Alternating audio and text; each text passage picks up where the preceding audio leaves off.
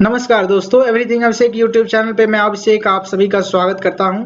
यह वीडियो फिर से आप सभी के लिए लेकर के आया हूं, जिसमें हम बताएंगे आपको कि एनसीईआरटी का जो सारांश चल रहा था विज्ञान का, जैसे 8 क्लास का है, यह क्लास 8 का जो है कि साइंस है, इसका सारांश है यह।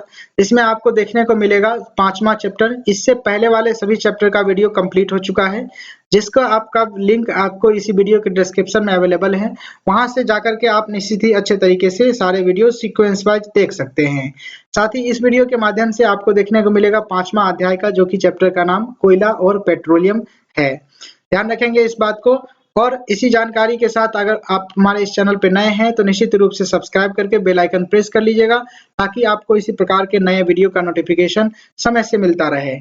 यह जो वीडियो है, इसका कंसेप्ट है, यह निश्चित ही रूप से आपके ऑल ओवर कॉम्पिटिटिव एग्जामिनेशन के लिए बेहद ही सहायक होता है, साथ ही साथ पीसीएस एवं बीपीएससी एग्जामिनेशन में। ध्यान रखेंगे इस बात को। आइए शुरू करते हैं वीडियो।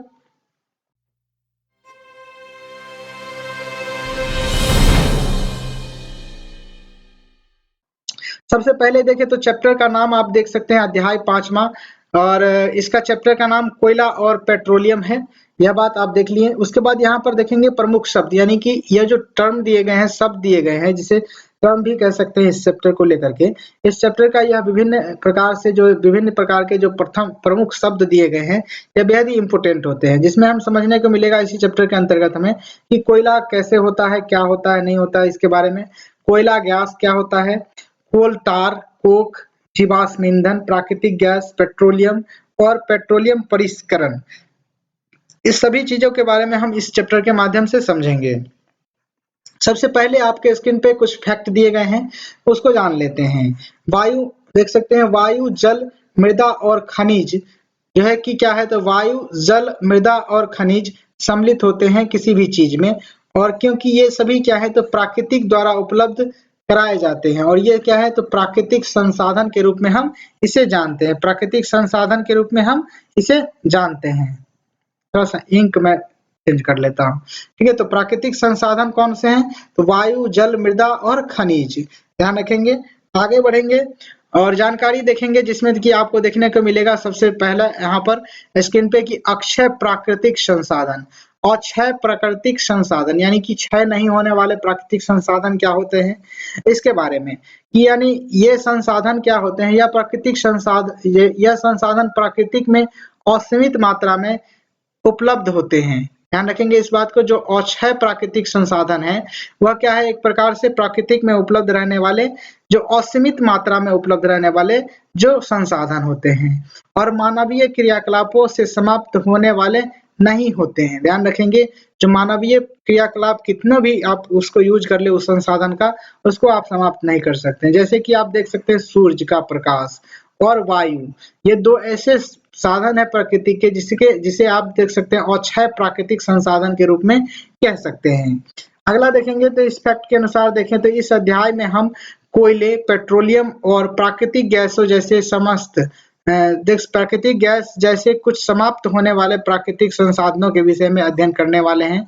जो कोयले हैं, गैस है, इस प्रकार के संसाधन है जो आज न कल, कभी न कभी ये समाप्त हो जाएंगे।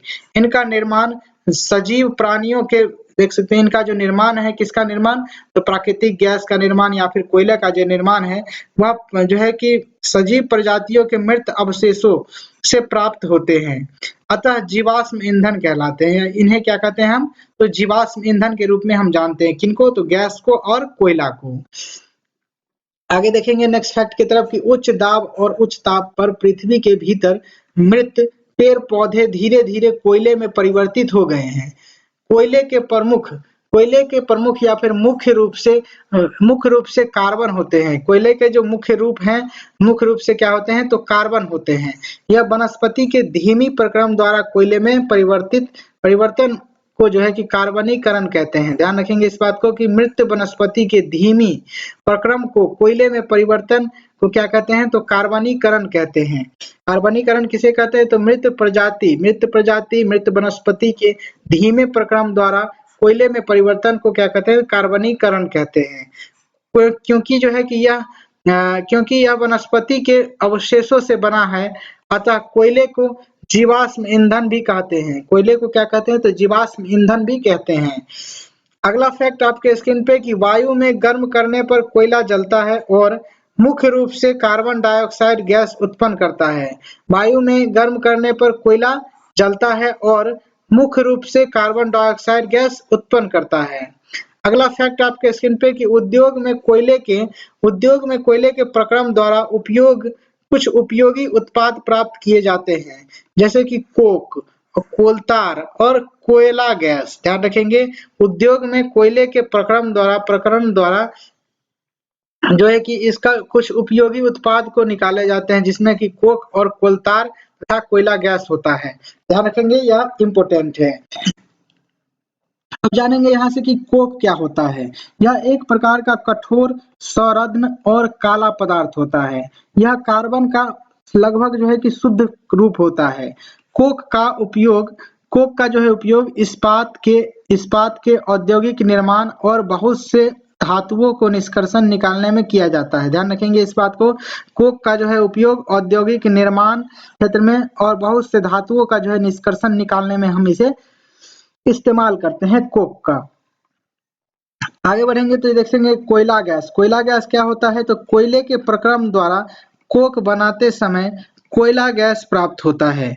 यह कोयला गैस प्रक्रम संयंत्रों के निकट संस्थापित या फिर स्थापित बहुत से उद्योगों में ईंधन के रूप में उपयोग किया जाता है। यानी कि जब किसी भी कोयले के जो प्रक्रम किया जाता है कोक बनाने के लिए, तो निश्चित रूप से उसमें से कोयला गैस प्राप्त होता है और इस कोयले गैस को जो है कि विभिन्न प्रकार के उद्योगों में ईंधन के रूप में इसे भेज दिया जाता है, बेच दिया जाता है। अगला फैक्ट आपके स्क्रीन पे कि लंदन में 1810 में, न्यूयॉर्क में 1820 के आसपास कोयला गैस का उपयोग प्रथम बार जो है सड़कों पर रोशनी के लिए किया गया था।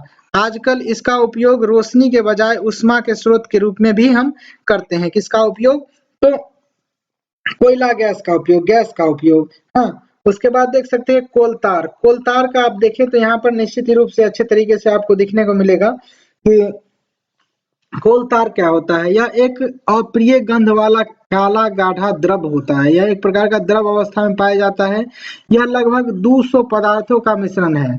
कोलतार से प्राप्त उत्पादों का उपयोग प्रारंभिक पदार्थों के रूप से दैनिक जीवन में काम आने वाले विभिन्न पदार्थों के औद्योगिक निर्माण के साथ उद्योगों जैसे संश्लेषित रंग, औषधि, विस्फोटक, सुगंध, प्लास्टिक, पेंट या फिर फोटोग्राफिक सामग्री, छत निर्माण सामग्री, उसके बाद देख सकते हैं आदि में होता है।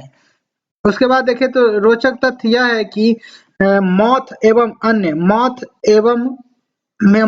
और जो है कि अन्य कीटों को भगाने हेतु प्रयोग में लाई जाने वाली जो नेफ्थलीन की गोलियां भी इसी कोलतार से बनाए जाते हैं। ध्यान रखेंगे, नेफ्थलीन की गोलियां जो है किससे बनती है, तो कोलतार से बनी होती है, जो एक प्रकार से मौत एवं अन्य कीटों को भगाने के लिए उपयोग में लाई जाती है। एक प्रकार से कीटनाशक के रूप में उपयोग लाए जाते हैं। अगला फैक्ट है कि आजकल पक्की सड़क के निर्माण में कोलतार के स्थान पर हम पेट्रोलियम उत्पाद जो है कि बिटुमेन का इस्तेमाल करते हैं। अगला फैक्ट है आपके स्क्रीन पे पेट्रोलियम के बारे में कि पेट्रोलियम का निर्माण समुद्र में रहने वाले जीवों से हुआ है। समुद्र में जो रह रहे हैं जीव, उनके कारण हुआ है पेट्रोलियम का निर्माण। ये जीव मृत हुए, इनके शरीर समुद्र के पेंदी में जाकर जम गए और जो फिर रेत और मिट्टी की तहों द्वारा जो है कि ढक गए। लाखों वर्षों में वायु की जो अनुपस्थिति है वह उच्च ताप पर उच्च दाब ने मृत जीवों को पेट्रोलियम और प्राकृतिक पदार्थों में परिवर्तित कर देता है। अगला फैक्ट आपके स्क्रीन पे कहता है कि विश्व का पहला तेल कुआं कहाँ है, तो देख सकते हैं पेंसिल्वेनिया के जगह है, जिसमें कि अमेरिका में यह पड़ता है। 1859 ईस्वी में प्रवेदिका के द्वारा देख सकते हैं 1959 ईस्वी में प्रवेदिका या फिर ड्रिल किया गया था। उसके बाद देखें तो 8 वर्ष 1867 ईस्वी में आसमान के माकुक नामक स्थान, असम के जो है कि माकुक नामक स्थान पर तेल का पता चला और जो है कि भारत में तेल गुजरात, बम्बई, बम्बई देख सकते हैं गुजरात, बम्बई हाई और गोदावरी तथा कृष्णा नदियों के बेसिन में पाए जाते हैं। इस बात को ध्यान रखेंगे। आगे बढ़ेंगे और जानकारी आपके सामने निकल के आएगा। पेट्रोलियम गहरे तथा गहरे रंग का तरलीय द्रव है जिसकी गंध अप्रिय होती है। यह विभिन्न संघटकों जैसे पेट्रोलियम गैस, पेट्रोल, डीजल, स्नेहक तेल, पैराफिन, मोम आदि का जो है कि मिश्रण होता है। पेट्रोलियम के विभिन्न संघटकों प्रभाजों देख सकते हैं, पेट्रोलियम के विभिन्न संघटक या फिर प्रभाजों को जो है कि पृथक करने के का जो एक प्रक्रम है परिष्करण कहलाता है। यानी कि पेट्रोलियम के विभिन्न संघटकों को अलग करने का जो प्रक्रम है, पृथक करने का जो प्रक्रम है, उसे परिष्करण कहते हैं। यह जो है कि कार्य पेट्रोलियम परिष्करणी में संपादित किया जाता है। ध्यान रखेंगे इस बात को। नेक्स्ट फैक्ट की तरफ चलेंगे तो यहाँ पर आप देख सकते हैं कि पेट्रोलियम और प्राकृतिक गैस से अनेक उपयोगी पदार्थ प्राप्त किए जाते हैं।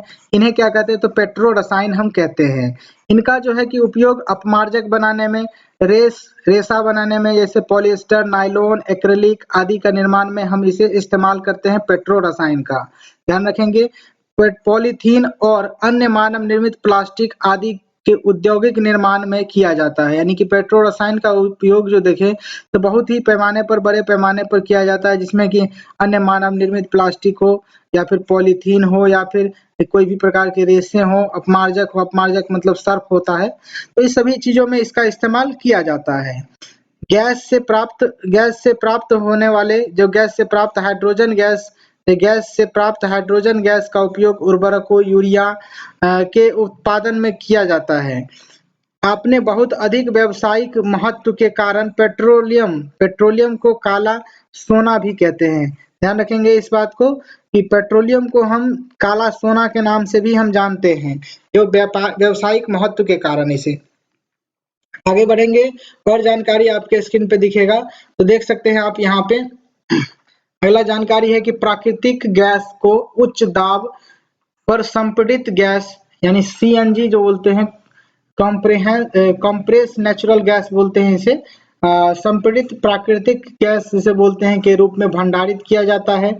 सीएनजी का उपयोग ऊर्जा उत्पादन हेतु किया जाता है। सीएनजी का उपयोग क्या होता है, तो ऊर्जा के जो उत्पादन हेतु इसका उपयोग किया जाता है। अब इसका उपयोग परिवहन वाहनों में ईंधन के रूप में भी किया जा रहा है, क्योंकि यह कम प्रदूषणकारी, यह एक स्वच्छ ईंधन है। ध्यान रखेंगे इस बात को, जो यह एक प्रकार का स्वच्छ ईंधन के रूप में जाना जाता है, कम प्रदूषण करता है। उसके बाद देखें तो यहाँ पर नेक्स्ट फैक्ट की तरफ, प्राकृतिक गैस का उपयोग प्रारंभिक पदार्थ के रूप में बहुत से रसायनों और उर्वरकों के औद्योगिक निर्माण में किया जाता है। भारत में प्राकृतिक गैस के विशाल भंडार हैं और हमारे देश में प्राकृतिक गैस त्रिपुरा, राजस्थान, महाराष्ट्र, कृष्णा गोदावरी डेल्टा में पाई जाती है। ध्यान रखेंगे कि प्राकृतिक गैस का जो भंडारण है वह किस क्षेत्र में है, तो त्रिपुरा, राजस्थान, महाराष्ट्र की और कृष्णा कावेरी जो मंदिर है, कृष्णा कावेरी जो नदी है, कृष्णा गोदावरी के डेल्टा में भी यह पाई जाती हैं। ध्यान रखेंगे इस बात को। यहाँ पर देखें तो भारत में पेट्रोलियम संरक्षण अनुसंधान को पीसीआरए कहा जाता है। पीसीआरए भारत पेट्रोलियम संरक्षण अनुसंधान के रूप में जाना जाता है। पेट्रोलियम के विभिन्न संघटकों के उपयोग के बारे में यहाँ पर जानेंगे तो द्रवित पेट्रोलियम गैस का उपयोग घरों के जो है कि घरों में और उद्योगों में ईंधन के रूप में हम करते हैं। पेट्रोल का उपयोग मोटर ईंधनों में या फिर सूक्ष्म धुलाई के लिए, विलायक के लिए इसे उपयोग में लाते हैं। मिट्टी का तेल आप देखें तो स्टोव लैंप, जेट वायुयान के ईंधन के रूप में इसे करते हैं। डीजल के रूप में देखें तो डीजल भारी मोटर वाहनों और विद्युत जनित्र के लिए ईंधन बनाने में किया जाता है। उसके बाद देखें तो स्नेहक आप देख सकते हैं कि स्नेहन की जो है, इसके जो है कि संघटक हैं एक प्रकार से स्नेहन। उसके बाद देखें तो स्नेहक तेल के रूप में स्नेहन का काम होता है। उसके बाद देखें तो यह है पैराफिन मोम। पैराफिन मोम का आप देखें तो मरहम, मोमबत्ती, वैसलीन आदि के निर्माण में किया जाता है। उसके बाद बिटुमेन। बिटुमेन का उपयोग पेंट एवं सड़क के निर्माण में इसका उपयोग किया जाता है। ध्यान रखेंगे इस बात को। और आगे बढ़ेंगे तो ये आपके पास जानकारी निकल के आएगा सारांश के रूप में, जिसमें कहता है पहला फैक्ट आपके स्क्रीन पे कि कोयला, पेट्रोलियम और प्राकृतिक गैस जीवाश्म ईंधन कहलाता है। आगे बढ़ेंगे, दूसरा है कि जीवाश्म ईंधन का निर्माण सजीवों के मृत अवशेषों से लाखों वर्ष पूर्व में हुआ था। उसके बाद देख सकते हैं अगला है जीवाश्म ईंधन समाप्त होने वाले साधन है। जीवाश्म ईंधन एक प्रकार से समाप्त होने वाले साधन के रूप में हम जानते हैं। उसके बाद है कि कोक, अलकतरा या फिर कोक और या फिर कोलटार जिसे बोलते हैं, कोयला गैस और कोयले से प्राप्त उत्पाद के रूप में हम इसे जानते हैं। अगला देखेंगे तो पेट्रोलियम के परिष्करण से petroleum gas, diesel, petrol, diesel, मिट्टी तेल और पैराफिन, मोम, स्नेहक आदि प्राप्त किए जाते हैं। अगला जो है कि जो कि लास्ट के रूप में है यहाँ पर कि कोयले और पेट्रोलियम संसाधन सीमित है। कोयला और पेट्रोलियम संसाधन क्या है तो सीमित है, हमें इनकी नियोजित उपयोग करना चाहिए। यहाँ ध्यान रखेंगे इस बात को। कोयला और पेट्रोलियम के जो साधन है वह जो है कि सीमित है, न्यायोचित है। और देख सकते हैं यहाँ पर कहा भी गया है कि जो इसका इस्तेमाल हम एक लिमिट मात्रा में करें, जितना हो सके कम करें। तो इस बात को यहाँ पर बताया गया है। उसके बाद रिक्त स्थान को यहाँ पर भरेंगे और देखेंगे कि यहाँ पर क्या है। तो जीवाश्म ईंधन क्या है, तो जीवाश्म ईंधन के रूप में आप जान सकते हैं यहाँ पर कोयला को लग सकते हैं, कोयला और पेट्रोलियम। पेट्रोलियम एक प्रकार का क्या है तो जीवाश्म ईंधन है। उसके बाद देखिए तो अगला है आपका कि पेट्रोलियम के विभिन्न संघटकों को पृथक करने का जो है कि पेट्रोलियम के विभिन्न जो संघटक है उसको अलग करने का जो काम है वह क्या कहलाता है, परिष्करण कहलाता है। परिष्करण कहलाता है, ध्यान रखेंगे इस बात को। यहाँ से आप देख भी सकते हैं परिष्करण कहलाता है, पेट्रोलियम परिष्करणी कहलाता है ना। ठीक है, तो इस प्रकार से आप लिख सकते हैं इसका जवाब। उसके बाद देखें तो वाहनों के लिए विशेष कम प्रदूषक ईंधन है सीएनजी। सीएनजी जो है कि विशेष करके सबसे कम जो है कि प्रदूषक ईंधन के रूप में हम इसे काम में लेते हैं। ध्यान रखेंगे इस बात को। इसी के साथ इस वीडियो को समाप्त करेंगे। वीडियो को लाइक करके शेयर कर दीजिएगा दोस्तों के साथ। साथ ही साथ अगर आप हमारे इस चैनल पर नए हैं और इस प्रकार के वीडियोस को देखना चाहते हैं तो निश्चित रूप से सब्सक्राइब करके बेल आइकन प्रेस कर लीजिएगा, ताकि आपको नए वीडियो का नोटिफिकेशन सबसे पहले मिल पाए। Thank you for watching this video. जय हिंद, वंदे मातरम।